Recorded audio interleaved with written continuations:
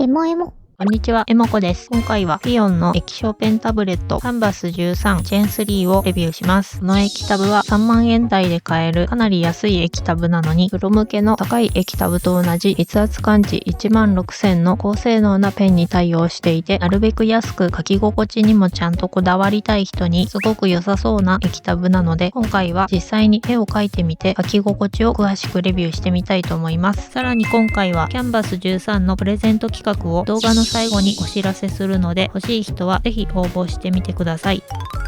それでは早速開封していきましょう。付属品は説明書、お絵かき用の手袋、クリーニングクロス、液タブとパソコンをつなぐケーブルにスタイラスペンとペンスタンドが入っていました。本体の色は黒とピンクが選べますが、今回はピンクの方をレビュー用にお送りいただきました。落ち着いた薄ピンクで可愛いです。画面の大きさは 13.3 インチで13インチの iPad Pro より少し横長になっています。A4 サイズの紙と比べるとこんな感じです。画面はアンチグレアガラスで映り込みが少なく、表面がサラサラしていてお絵かきしやすくなっています。厚みが 11.7mm、重さは 865g で液タブの中ではかなり軽い方なので持ち運びもしやすそうです。裏側には滑り止めがついています。電源ボタンは左上にあって、右横にケーブルをつなぐ穴が2つあります。左側にはお絵かきアプリを簡単操作できるボタンとダイヤルがついています。ダイヤルが横からも回せてとても操作しやすいです。ペンはグリップ付きの充電不要ペンで軽くて持ちやすいです。プロ向けの上位機種と同じペンで銀色のラインがかっこいいです。ペンスタンドもよくできてて、ペンを立てるだけじゃなく寝かせておけたり、中に返芯が10本入っていたり、裏側の穴でペン先を外せるようになっています。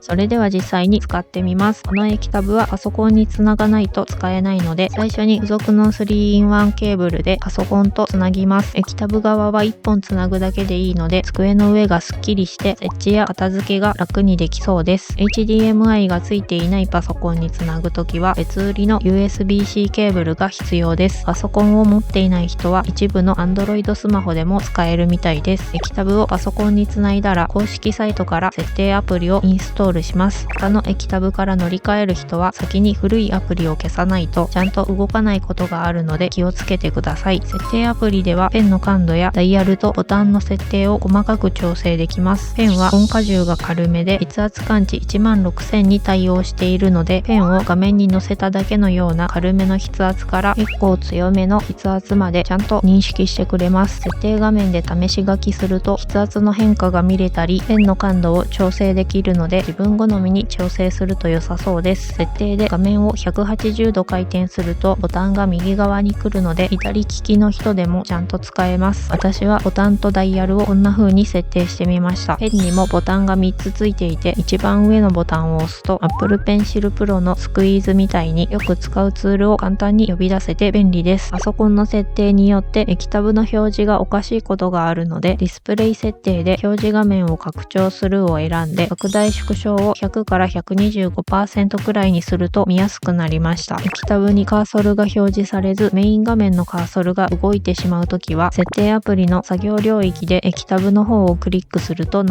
ります。画面の解像度はフル HD で 4K のモニターや iPad Pro に慣れていると細い線がギザギザして見えることがありますが、13インチくらいの大きさだとフル HD でも十分綺麗でドット感は気にならないです。画面の明るさがちょうど良くて長時間お絵かきしても目が疲れにくそうです。明るさは設定アプリで調整できます。発色も綺麗な方だと思います。公式機でちゃんと工場で色調整されているみたいなので安心して使えそうです。画面がフルラミネート加工されていて、ペン先とカーソルが離れて見えるような示唆もほとんどありません。タブレットは平置きだと首や肩を痛めやすいので、別売りのスタンドに置いて使うのがおすすめです。今回はスタンドもお送りいただいたのでそちらを使ってみます。角度調整は6段階で使用中のぐらつきは気になりません。タブレットを置くところにゴムがついていて傷つきにくくなっています。本体がアルミとプラスチックで軽めだし、小さく折りたためて液タブと一緒に持ち運びしやすくて使いやすいスタンドだと思います。ただ高さは変えられないので、高さも調整したい人は別のスタンドを使うと良さそうです。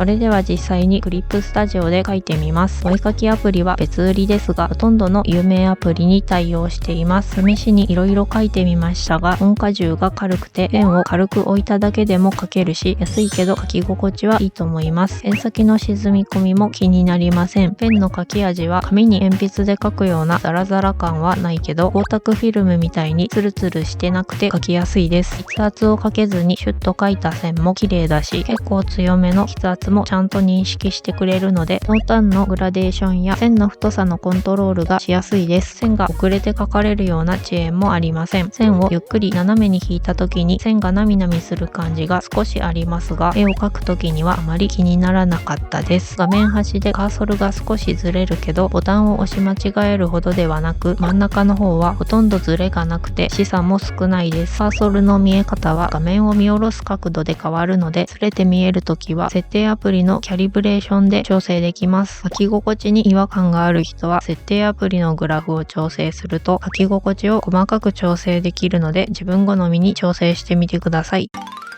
ここからはイラストメイキングをご覧いただきながら、この製品のいいところ、気になるところを話してみます。いいところ一つ目は左側のダイヤルが使いやすいところです。ダイヤルがあるとキャンバスの拡大縮小や回転、ブラシサイズの変更が簡単にできて便利なのですが、この液タブはダイヤルを横からも回せるので、手を横に軽く添えるだけで楽にダイヤルを回せるのがとても快適でした。ダイヤルの操作感もカリカリと抵抗感があって気持ちいいです。上のダイヤルを人差し指で回して、ボタンを親指で押して、下側のダイヤルは手のひらで回す感じで、手をあまり動かさなくても使えるので、片手で楽に操作できるのが良かったです。私は普段別売りの片手デバイスを使っているので、液タブのボタンはあまり使っていませんでしたが、この液タブは便利なダイヤルが2個ついているおかげで、片手デバイスなしでも快適に書けたので、片手デバイスを使わずに液タブだけでシンプルに作業したい人に良さそうです。いいところ2つ目は、安いのにプロ向けの上位機種と同じペンが使えるところです。13インチの安い液タブはほとんどが初心者向けで、ペンの性能が低めなことがありますが、この液タブは安いのにプロ向けの高い液タブと同じペンが使えるので、なるべく安い方がいいけど書き心地にもちゃんとこだわりたい人に良さそうです。この液タブは板タブモードもついているので、目が疲れたりパソコンの大きい画面で作業したい人は板タブモードにして大きい画面で書けるのもいいと思います。次に気になるところですが、この液タブは画面の比率が横長なので、縦長のイラストが少し描きにくいところです。もう少し画面が大きいと横長でも気にならないのですが、13インチくらいだと絵を描きやすい大きさまで拡大した時に絵の上下が切れてしまって、キャンバスを上下に移動しながら描かないといけないので、それが気になる人はもう少し大きい液タブを選ぶと良さそうです。逆に横長のイラストは描きやすいと思うので、アニメ制作とか横長の絵を描く人は使いやすいと思います。あと、ペンをグーで握るような持ち方だと一番上のボタンを間違えて押しやすいので、ペンのボタンを使わない人は設定で機能なしにするといいと思います。画面の発熱は長時間お絵描きするとケーブルをつないでいるところが暖かくなりますが、触れないほどじゃないので個人的には気にならなかったです。この液タブに向いていそうな人は家にパソコンがあってなるべく安く書き心地のいい液タブを使ってみたい初心者の人にぴったりの液タブだと思います。ピオンは大きい液タブもたくさん出しているので、中級者以上の人はもう少し大きい液タブを選んでもいいかもしれません。この液タブを使った感想ですが、安いのにプロ向けの液タブと同じペンが使えてダイヤルの操作性も良かったので、低価格帯の液タブの中ではとても使いやすい液タブだと思います。安くて使いやすい液タブを探している人はよかったら参考にしてみてください。最後にプレゼント企画のお知らせです。今回紹介したキャンバス13を抽選で1名の方にプレゼントします。応募方法は私とフィヨンさんの X アカウントをフォローして応募用のポストをリポストするだけで簡単に応募できます。応募用のポストは後ほどこの動画の概要欄に追加しますので、そちらからぜひ応募してみてください。このチャンネルではおすすめのガジェットやお絵かき関連の動画を投稿しています。この動画が参考になったよという人はチャンネル登録や高評価、コメントなどしてもらえると動画を作る励みになるのでよろしくお願いします。ご視聴ありがとうございました。